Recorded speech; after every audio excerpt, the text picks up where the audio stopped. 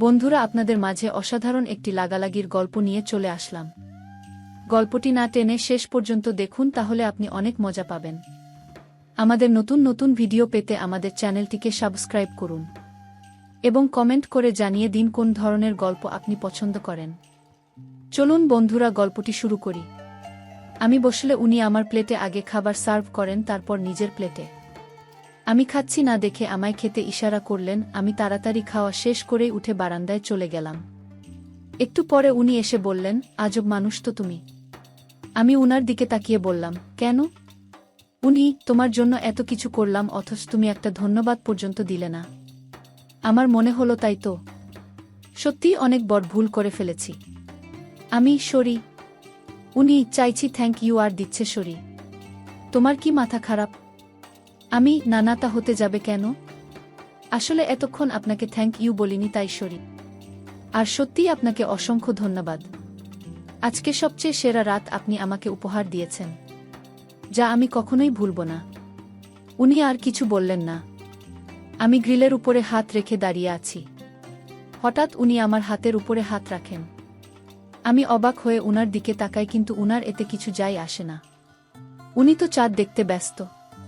হঠাৎ উনি বলেন, তোমার মনে আছে একদিন আমি বলেছিলাম যে চাঁদের থেকেও সেদিন একটা জিনিস খুব সুন্দর লাগছিল?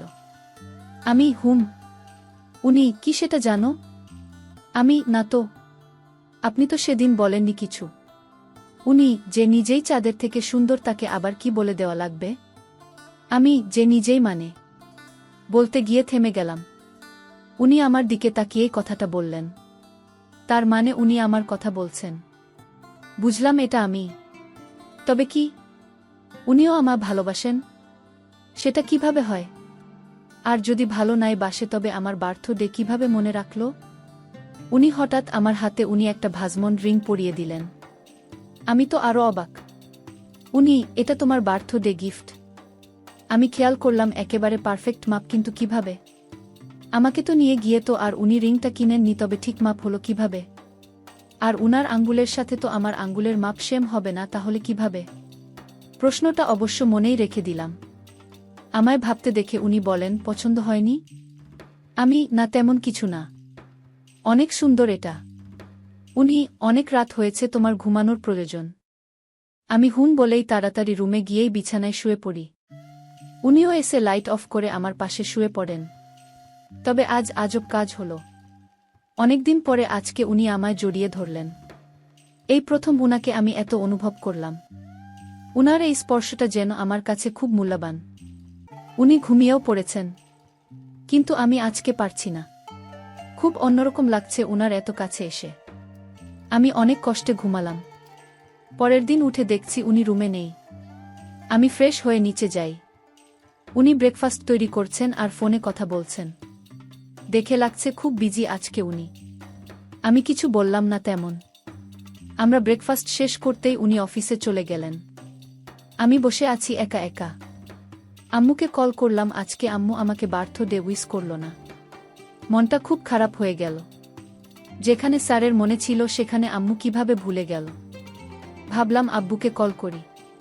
আব্বুকে কল দিয়েও সেম। উনি এখন কাজে আছেন, তাই রেখে দিই। ধুর, এসব কি? যেখানে এই পাষাণ স্যারের আমার বার্থডে মনে ছিল, সেখানে আমার আব্বু আম্মু কিভাবে ভুলে গেল? এটা কোনো কথা? সবাই ঠিকই বলে বিয়ে হলে সবাই পর হয়ে যায়। এখন পর হয়ে গেছি, তাই এত কিছু মনে রেখে কি হবে? আমি তাই মুড অফ করে বসে থাকলাম। সন্ধ্যার একটু আগে উনি এসে বললেন, রেডি হও। আমি, কেন? উনি রেগে আমার দিকে এগিয়ে আসতেই আমি বলি, ওয়েট। বলেই ওয়াশরুমে চলে যাই। ফ্রেশ হয়ে এসে দেখছি বিছানায় উনি শপিং ব্যাগ ফেলে রেখেছেন। আমায় দেখে বললেন, এটা পরে ফার্স্ট রেডি হও। বলেই উনিও শাওয়ার নিতে চলে গেলেন। এদিকে আমি রেডি হতে গিয়ে অবাক। উনি আমার ফেভারিট কালারের ড্রেস নিয়ে এসেছেন, মানে মিষ্টি কালার। কিন্তু উনি জানলেন কিভাবে যে এটা আমার ফেভারিট কালার? যাই হোক, আমি রেডি হয়ে নিলাম। এদিকে উনিও ওয়াশরুম থেকে বেরুতেই আমি অবাক, কারণ উনিও একটা মিষ্টি কালারের শার্ট পরেছেন। আমায় এভাবে অবাক হয়ে তাকিয়ে থাকতে দেখে উনি বললেন, এভাবে তাকাও না, নজর লেগে যাবে। আমি তো উনার কথাই খুব অবাক। বলেন কি উনি? আমি অন্যদিকে ঘুরে মুখ ভেঙচি কেটে বললেন, বয়েই গেল আপনাকে আমার ওভাবে দেখতে যেন নজর লেগে যায়। নিজেকে এতটাও হ্যান্ডসাম ভাবা ঠিক না। আপনাকে দেখতে তো। বলতে গিয়ে থেমে গেলাম কারণ পেছন ফিরে দেখি উনি আমার খুব নিকটে। আমি ভয়ে ঢোক গিললাম আর উনি ভ্রু কুঁচকে আমার দিকে তাকিয়ে বললেন, আমাকে দেখতে তো? আমি আপনাকে দেখতে তো। উনি বলো আমাকে দেখতে তো কি? আমি আর কিছু বলতে পারলাম না। উনি আমার দিকে এগোতে লাগলেন তাই আমি পেছনে যেতে লাগলাম। আমি পেছনে যেতেই আছি আর উনি আমার দিকে এগোতেই আছেন। পেছনে যেতে যেতে আমার পিঠ একসময় দেওয়ালে ঠেকে যায়। উনিও এসে আমায় ঘিরে নেন। তারপর বলেন, কি হলো বলছো না কেন? আমাকে দেখতে তো কি লাগছে? ভয়ে আমার কথা আটকে যাচ্ছে। বলতেই পারছি না কিছুই। তবুও ভয়ে ভয়ে বললাম, আপনার মানে? উনি আমার আরও কাছে চলে এসেছেন। উনি আমার মানে কি? আমি ভয়ে চোখ মুখ খিচে বন্ধ করে নিই। আর উনি আমার কাছে এগোতেই আছেন। আমি চোখ বন্ধ রাখলেও তা খুব ভালো করেই অনুভব করছি। উনার নিঃশ্বাস আমার মুখে আছড়ে পড়ছে। আমি ভয়ে হাত শক্ত করে মুঠ করে নিয়েছি। কিন্তু একই উনিও আমার হাত আরও শক্ত করে দেওয়ালে চেপে ধরলেন। চোখ যে খুলব ভয়ে সেই সাহসটাও পাচ্ছি না। তবুও ভয়ে ভয়ে চোখ খুলতেই দেখি উনি আমার দিকেই তাকিয়ে আছেন। যেন উনার চাহিনি আজকে খুব অন্যরকম। আমি আবার ভয়ে চোখ বন্ধ করে নিলাম। কারণ উনার চোখে চোখ রাখার সাহস আমার নেই। হঠাৎ উনি আমার ঠোঁটে আলতো করে কিস করলেন। তারপর দূরে সরে বললেন, তাড়াতাড়ি নিচে আসো। বলেই উনি চলে গেলেন। আমি যেন এবার একটু হাফ ছেড়ে বাঁচলাম। কিন্তু আজকে উনার এই স্পর্শে আমার রাগ হলো না, বরং উনার প্রতি একটা ভালো লাগা কাজ করল। আমি তাড়াতাড়ি নিচে চলে গেলাম। দেখছি উনি গাড়িতে বসে কার সাথে যেন কথা বললেন। আমি কিছুই শুনতে পেলাম না। উনি গাড়িটা আমাদের বাড়ির সামনে পার্ক করলেন। আমি কিছু বুঝলাম না। আমার হাত ধরে উনি ভেতরে যেতেই দেখি সব অন্ধকার। কিন্তু এটা বুঝলাম না আজকে মেন দরজা খোলা কেন ছিল। আম্মু তো কখনো এত কেয়ারলেস না যে এভাবে সন্ধ্যার পরে দরজা খুলে রাখবে। হঠাৎ সব লাইট একসাথে জ্বলে উঠে আমি কিছুটা চমকে উঠে মুখ অন্যদিকে ঘুরিয়ে নিই। তখন একসাথে সবাই বলে উঠে, হ্যাপি বার্থডে ঈশিতা। আমি কিছুটা ভয় পেয়ে যাই। সবাইকে দেখতেই অনেকটা খুশি লাগে। আমার নানা নানি, খালা খালু, মামা মামি, দাদা দাদি, চাচা চাচি, ফুফু এবং কাজিন সবাই আছে। আর আজকে বাড়িটাও অনেক সুন্দর করে সাজানো।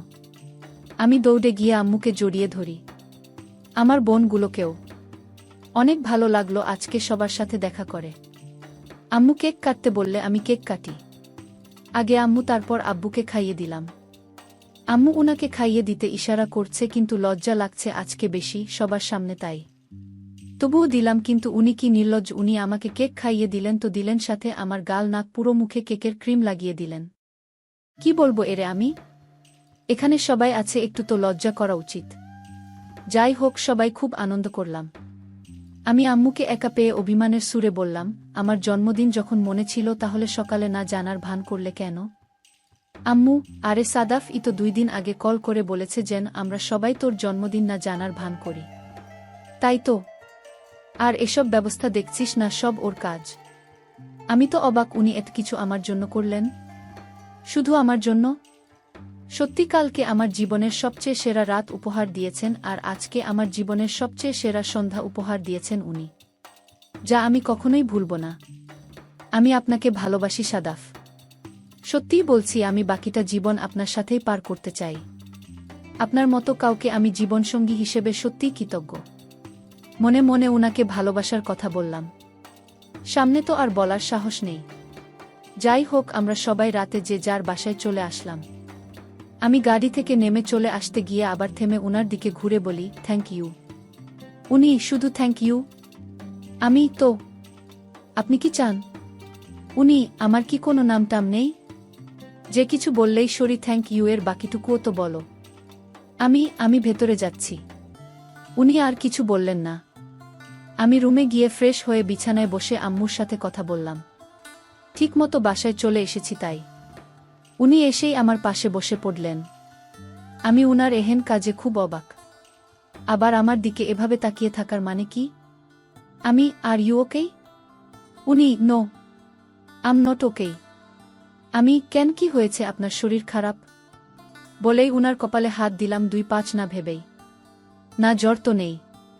তাই বললাম জ্বর তো নেই। তাহলে? উনি সব শরীর খারাপের কি প্রধান কারণ জ্বর হয়? মানে? আমি জানি আমার জ্বর নেই। তো কি হয়েছে? আপনি ঠিক নেই কেন? আমি ঠিক নেই। আর এটার ওষুধ তোমার কাছেই আছে। আমার কাছে? আমি ঠিক বুঝলাম না। আমার মনে হয় আপনার রেস্টের প্রয়োজন। বলেই আমি উঠতে গেলাম বিছানা করার জন্য, তখন উনি আমার হাত ধরে নিলেন। আমি অবাক হয়ে হাতের দিকে তাকাতেই উনি আমায় একটা হেঁচকা টান দিয়ে বিছানায় ফেলে দিয়ে আমার উপরে উঠে বসেন। উনার হঠাৎ কি হলো? এই 1 মাস তো উনি আমায় কিছু করেননি। তবে আজ হঠাৎ? আমি ভয়ে কিছু বলতে পারছি না। আর উনি আমাকে এভাবে ধরে আমার দিকে তাকিয়েই আছেন। জানি না কি এত দেখছেন। আমি বললাম, কি করছেন আপনি?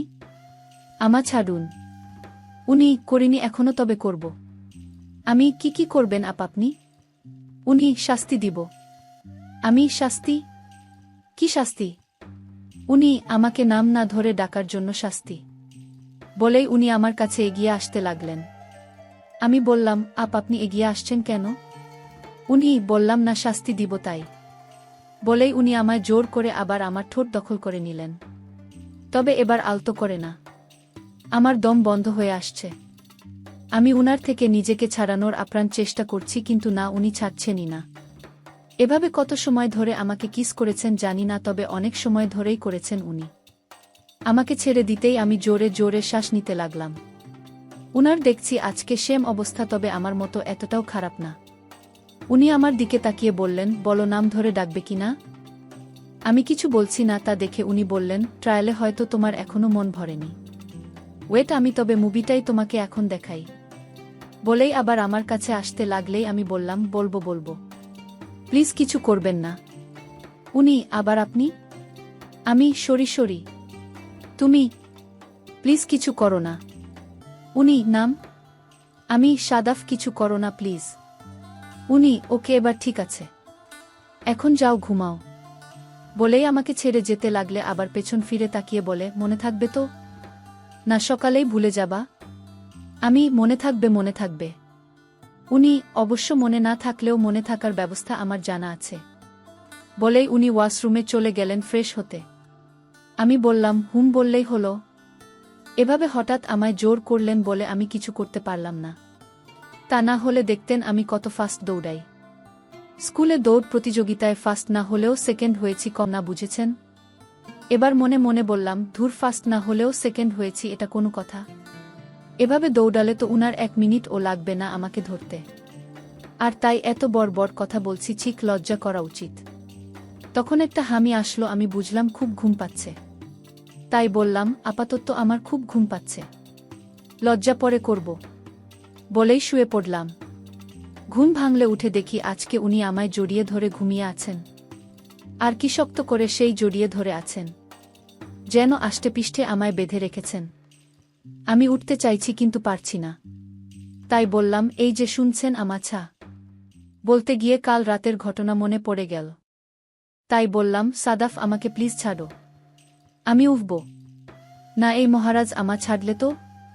আমি আবার বললাম, সাদাফ, শুনছ?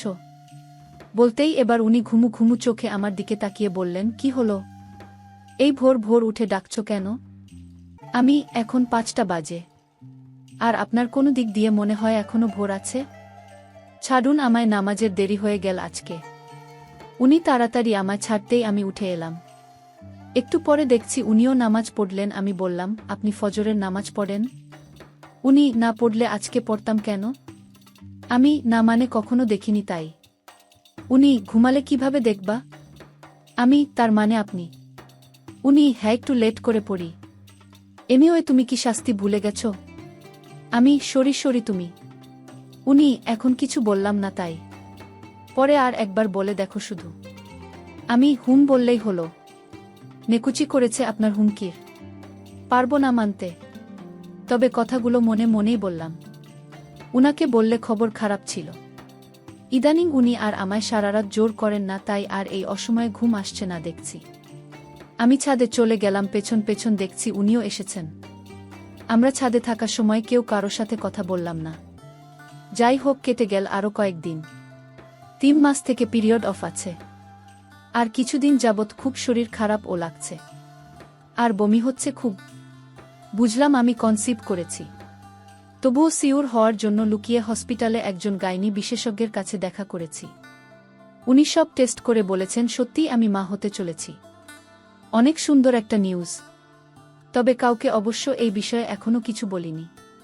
ভেবে রেখেছি আগে একটা সুন্দর সময়ে উনাকে বলে সারপ্রাইজ দিব, তারপর বাসায়। অপেক্ষা করছি এই সুন্দর সুযোগের। অবশ্য আজকে উনার অফিসের অ্যানুয়াল পার্টি আছে, তাই উনি খুব বিজি। তাই ভেবে রেখেছি ওখান থেকে এসে উনাকে জানাবো। যাই হোক, উনি আমায় কল করে বললেন তাড়াতাড়ি রেডি হতে। আমি তাই উনার কথামতো তাড়াতাড়ি রেডি হয়ে গেলাম। তারপর উনি আসতেই আমরা একটা রেজর্টে চলে আসলাম। উনি ভেতরেও যাননি, আমাকে নিয়েই চলে এসেছেন। বুঝলাম খুব চাপে আছেন কাজের আজকে। আমরা রেজর্টের ছাদে চলে আসলাম। দেখে বোঝাই যাচ্ছে না যে এটা ছাদ। খুব সুন্দর করে সাজানো, লাইটিং করা, আবার ছোট ছোট গাছ লাগানো আছে। আমাকে ইতির সাথে রেখেই জানি না উনি কোথায় চলে গেলেন। আমরা গল্প করছি, তখন দেখলাম ওই মেয়েগুলোকে, যারা সেদিন আমায় যা নই তাই শুনিয়েছিল। তাই ইতিকে নিয়ে ওখান থেকে সরে আসলাম। আমি আর ইতি বসে গল্প করছি। তবে এদিকে উনার একজন বিজনেস ডিলার ছিল। আমি চিনি না কে, তবে দেখেই বোঝা যাচ্ছে অন্য একটা কোম্পানির এমডি হবে। তখন হঠাৎ উনি এসে আমাদের টেবিলে বসে আমাকে বললেন, আপনি ঈশিতা না?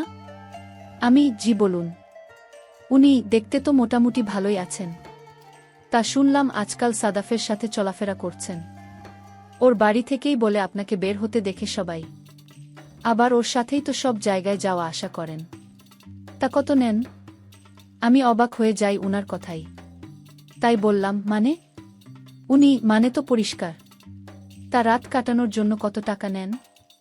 একটু আমাকেও বলেন। আমি তার থেকেও দরকার হলে একটু বেশি দিব। অন্তত 1 রাত। বলেই আমার হাতের উপরে হাত রাখলেন।